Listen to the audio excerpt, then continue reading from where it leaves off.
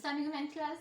आज आपका बायोलॉजी का न्यू चैप्टर स्टार्ट हो रहा है, द एंजाइम्स। ये नेम आपके लिए बिल्कुल न्यू होगा, आपने इससे पहले एंजाइम्स का नेम कहीं नहीं सुना होगा या एटलीस्ट इसके बारे में आपको ज़्यादा नहीं पता होगा। तो एंजाइम्स बहुत बहुत बहुत इजी टॉपिक है, बहुत इजी चैप्टर है और उतना ही इम्पॉर्टेंट भी है। ठीक है, इसमें से एक पॉइंट भी स्किप नहीं करना। ठीक, जब आप पढ़ोगे तो आपको बहुत ईजी लगेगा। चलिए हम देखते हैं इस चैप्टर में हम क्या क्या देखने वाले हैं। तो अगर हम इसको अपने जनरल नॉलेज से, अपनी कॉमन ऑब्जर्वेशन के साथ रिलेट करना चाहिए इस चैप्टर को, तो हम ऑब्जर्व करते हैं कि हम जो भी फूड लेते हैं उस फूड में एनर्जी होती है। ठीक है, वो हमारी बॉडी में जा रही है। ठीक, अब हमारी बॉडी उस एनर्जी में क्या करती है? उस एनर्जी फूड को पहले ब्रेक करती है, उसमें से एनर्जी रिलीज करती है।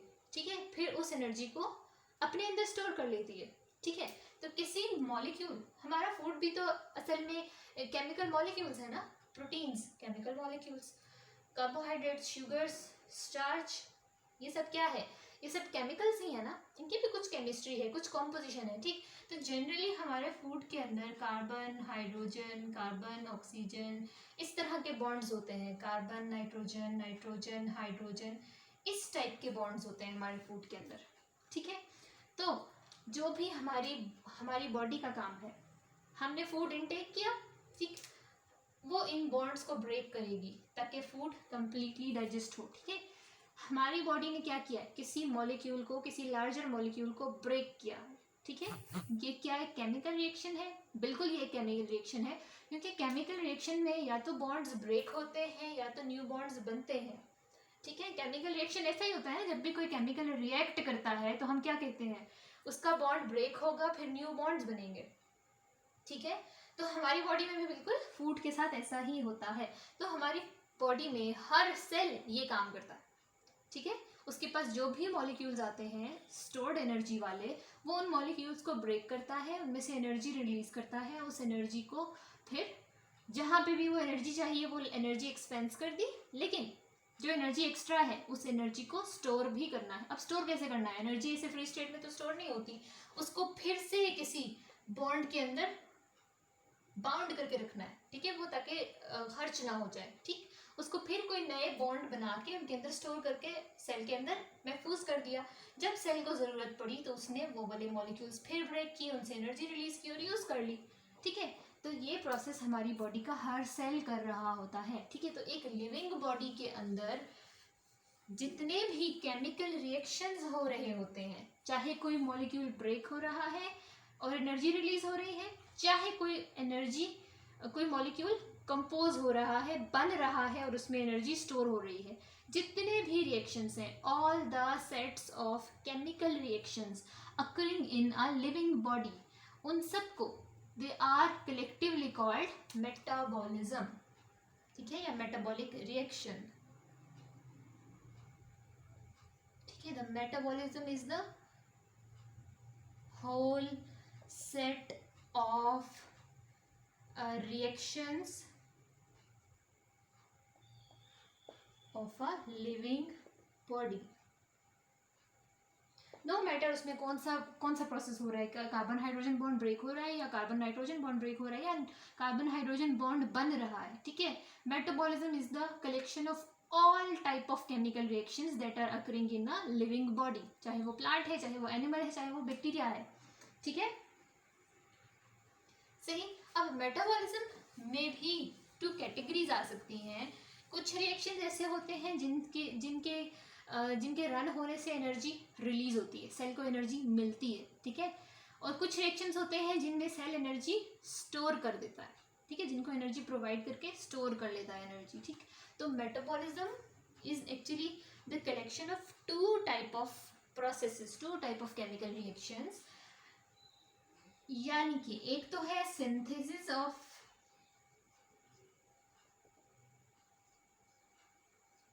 Large molecules, energy storing process. ठीक है, एनर्जी लेना, स्मॉल मॉलिक्यूल्स लेना, उन स्मॉल मॉलिक्यूल्स के दरमियान बॉन्डिंग करना, बड़ा मॉलिक्यूल बन जाएगा। ठीक है, तो लार्ज मॉलिक्यूल सिंथेसाइज हो रहा है और हमने क्या प्रोवाइड किया? उस बॉन्ड के अंदर एनर्जी हमने खुद प्रोवाइड की है। ठीक है, सेल ने खुद प्रोवाइड की है। तो the type of processes, the type of chemical reaction reactions in which the large molecule is produced with the energy, with the use of energy, ठीक है, is called, this type of metabolism या this type of metabolic reactions are called anabolism. ठीक है, इस तरह के सारे की रिएक्शन जिनमें एनर्जी प्रोवाइड की जाए, सेल एनर्जी प्रोवाइड करे और उससे कोई लार्ज मॉलिक्यूल सिंथेसाइज हो और सेल में स्टोर हो जाए, ठीक है, ये एनर्जी स्टोरिंग प्रोसेस है, द एनाबॉलिज्म, ठीक है, सिंथेसिस ऑफ लार्ज मॉलिक्यूल्स. और दूसरा किस टाइप का हो सकता है, इसका ऑपोजिट, यानी कि break down of the large molecule to release that energy जो उसमें स्टोर हुई थी. ठीक है, सही.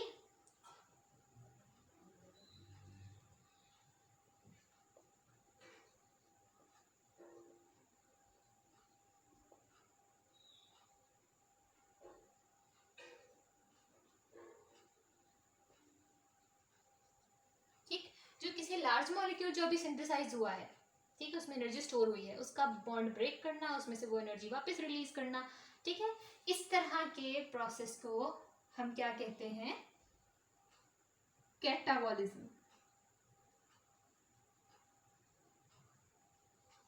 ठीक है, तो all set of chemical reactions is called the metabolism. ठीक है, मेटाबॉलिज्म टू टाइप्स का होता है, the anabolism and the catabolism. Anabolism means synthesis of large molecule with the storage of energy. ठीक है, and the catabolism means breakdown of large molecules with the release of energy. ठीक है, जब cell को energy required है तो वो क्या करेगा, कैटाबॉलिज्म करेगा. जब सेल के पास एक्सेस एनर्जी है and it have to store that energy तो it will go for anabolism. ठीक है,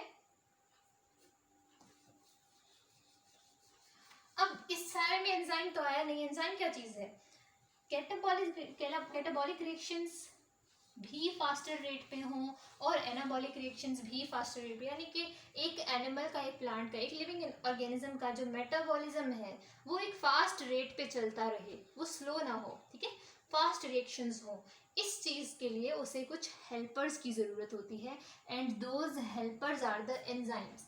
ठीक है, एंजाइम कुछ ऐसे मॉलिक्यूल्स हैं जो कि लिविंग बॉडी में जितने भी केमिकल रिएक्शंस हो रहे हैं उन सबको स्पीड अप करते हैं. ठीक है, वो रिएक्शंस का रेट इंक्रीज करते हैं. ठीक, सही. तो enzymes are actually the protein molecules, specific protein molecules which help to speed up the, हम यहाँ पे बायोकेमिकल रिएक्शन मेंशन कर देते हैं कि biochemical reactions are actually the chemical reaction occurring in a living body. ठीक है,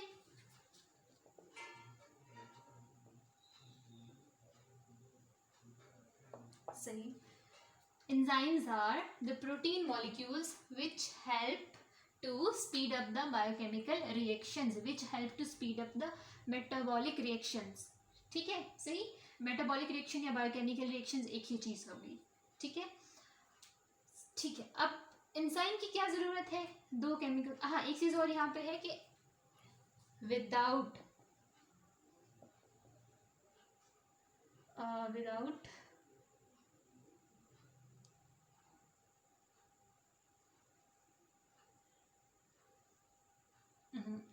without changing during a chemical reaction, यूँ लिखें तो ज़्यादा बेहतर होगा.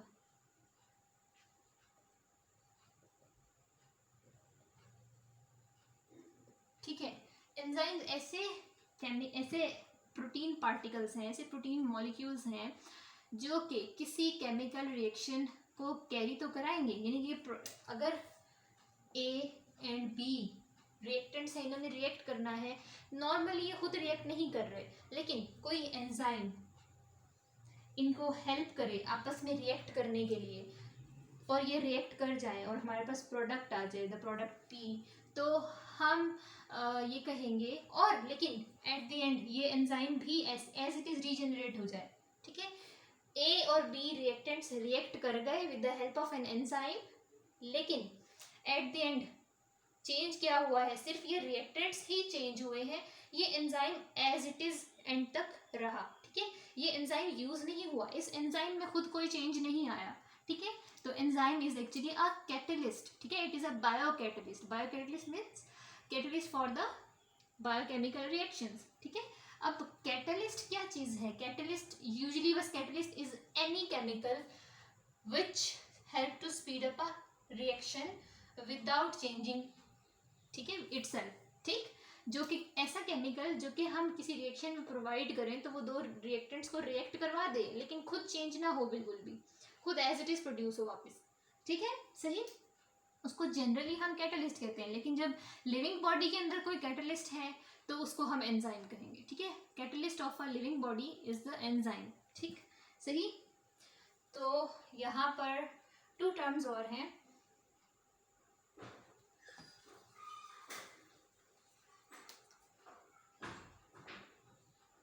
सपोज ये एक मॉलिक्यूल था जिसको हमने ब्रेक करना था या सिंथेसाइज करना था, कुछ भी, यानी इसको हमने चेंज करना था इनटू द प्रोडक्ट, ठीक है। तो क्या करेंगे? इसको, ये इटसेल्फ प्रोडक्ट में चेंज नहीं हो सकता था, हमने एंजाइम प्रोवाइड किया, हेल्पर प्रोवाइड किया, ठीक है। तो ये रहा enzyme.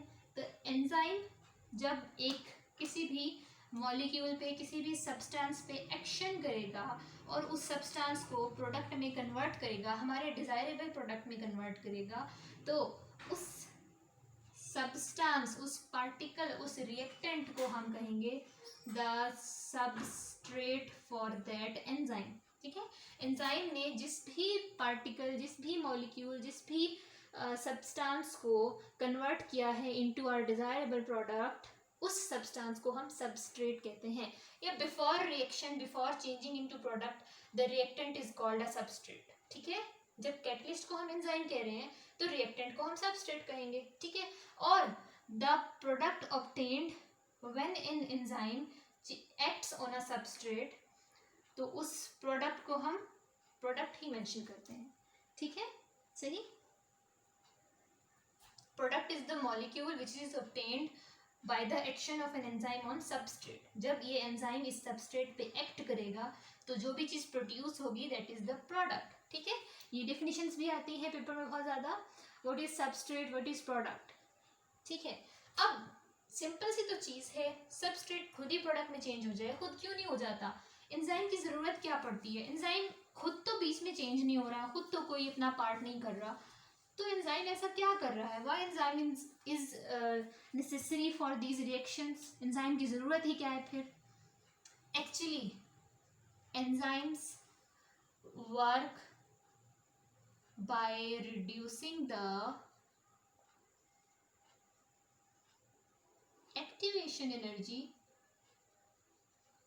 Required for a process, ठीक है। अब ये क्या चीज़ हो गई? एंजाइम का काम क्या है कि जो भी प्रोसेस होना है ना, जिस प्रोसेस को एंजाइम फास्ट कर रहा है, ठीक है, उस प्रोसेस में जो एक्टिवेशन एनर्जी चाहिए, उस एक्टिवेशन एनर्जी को एंजाइम ज़रा कम कर दे ताकि इजीली वो प्रोसेस हो जाए, ठीक है। अब आप इस चीज़ को ऐसे देखो, एक्टिवेशन एनर्जी क्या चीज़ है? As the name indicates, activation किसी चीज़ का स्टार्ट, ठीक है। तो किसी प्रोसेस को स्टार्ट करने के लिए, किसी केमिकल रिएक्शन को स्टार्ट करने के लिए वो जो अमाउंट ऑफ एनर्जी रिक्वायर्ड होती है ना, small amount of energy, that energy is called the activation energy.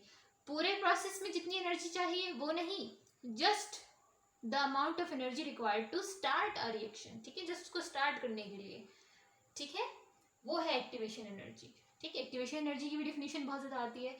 अब एक्टिवेशन एनर्जी का कॉन्सेप्ट है क्या, इसको हम एक क्लिफ के एग्जांपल से देखते हैं। Suppose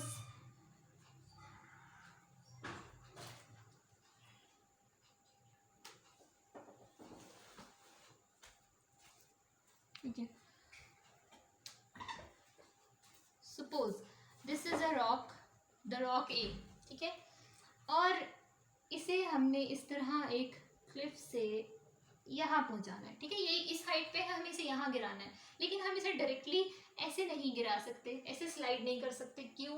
because there is a cliff between this area and this area, ठीक है, ठीक। तो हम कहते हैं कि अगर हम सबस्ट्रेट को इससे रिप्रेजेंट करें तो सबस्ट्रेट है इस लेवल पे, ठीक है, बिफोर द रिएक्शन, ठीक, और इसे जाना है यहाँ पर, ठीक।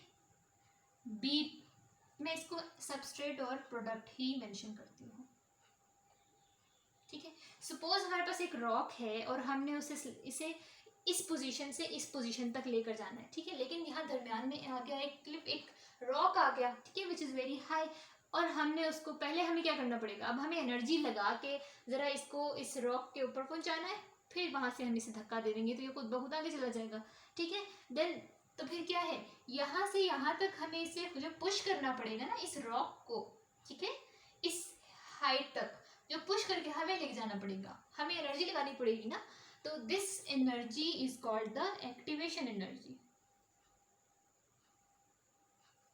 सही, इसकी एग्जांपल बिल्कुल ऐसे ली जाती है, जब तक एक्टिवेशन एनर्जी नहीं मिलती ये वाला रॉक यहाँ से यहाँ तक नहीं पहुंच सकता, ठीक है।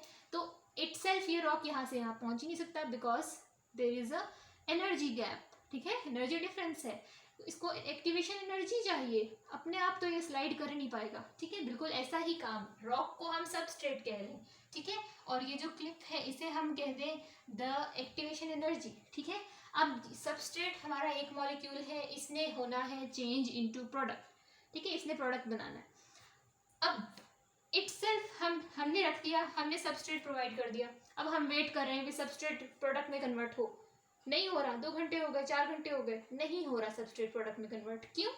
क्योंकि सबस्ट्रेट को जब तक ये एनर्जी नहीं मिलेगी ना, आप इसको एनर्जी दोगे ये इस लेवल तक आ जाएगा, ठीक है, एक्टिवेशन एनर्जी प्रोवाइड हो गई, सबस्ट्रेट इस लेवल तक आ गया, अब वो सेल्फ सफिशिएंट हो गया है कि अब आप और एनर्जी दो ना दो, वो खुद यहाँ से प्रोडक्ट तक पहुँच जाएगा, खुद इस पोजीशन से इस पोजीशन तक पहुँच सकता है, ठीक है। All you have to do is provide activation energy, ठीक है। तो एंजाइम का क्या काम है, एंजाइम एक्चुअली इस एक्टिवेशन एनर्जी को ज़रा कम कर देता है, ठीक है। सपोज इस क्लिफ की हाइट को अगर कम कर दिया जाए तो अब क्या है, अब तो थोड़ी सी एनर्जी से ही ये सबस्ट्रेट जल्दी से यहाँ जा सकता है ना, बिल्कुल, ठीक है। तो एंजाइम क्या करता है, it actually lowers the amount of activation energy which is required for that process, ठीक है, सही। अब enzyme, how enzyme can lower the activation energy, ये क्या बात हुई, अब देखते हैं कि एंजाइम ये कैसे कर सकता है, ठीक है।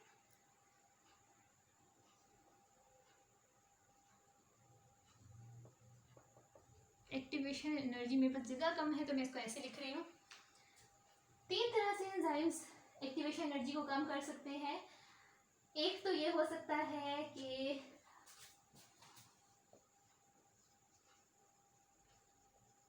By changing shape of substrate, वो जो सबस्ट्रेट है ये उसकी चेंज शेप के अंदर कुछ ऐसा चेंज लाए कि वो खुद ब खुद प्रोडक्ट में कन्वर्ट हो जाए, ठीक है, सही। तो इसने हेल्प किया सबस्ट्रेट को प्रोडक्ट में कन्वर्ट होने में, बिल्कुल कर दिया, ठीक। सेकेंडली क्या हो सकता है कि ये सबस्ट्रेट के चार्ज में कुछ चेंज लाए, मीन्स अगर वो पॉजिटिव है तो उसे नेगेटिव करें, नेगेटिव है तो लेस नेगेटिव करें, लेस नेगेटिव है तो न्यूट्रल करें, न्यूट्रल है तो पॉजिटिव करें, पॉजिटिव है तो मोर पॉजिटिव करें, जो रिक्वायर्ड है उस प्रोडक्ट बनाने के लिए, ठीक है। Enzymes lower the activation energy for a process by changing the charge of substrate, ठीक है।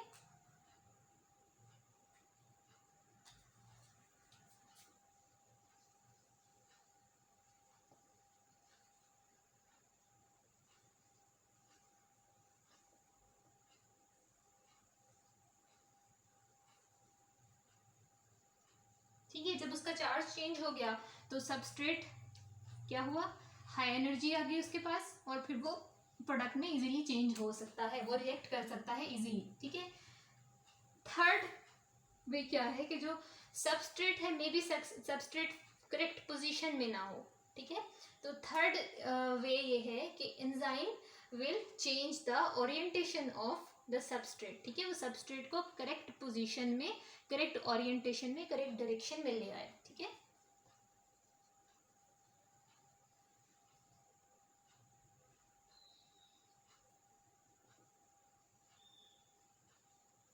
ऐसी डायरेक्शन, ऐसी ओरिएंटेशन में, ऐसी शेप में, ऐसी फॉर्म में कि वो इजीली रिएक्ट करके प्रोडक्ट बना दे, ठीक है। So these are 3 different ways जिसमें enzyme can help a substrate to convert into a product. ठीक है, इसके बाद हम एंजाइम्स के बारे में थोड़ी सी और डिटेल देखेंगे, लेकिन नेक्स्ट लेक्चर में. आज के लिए आपने इतना ही करना है.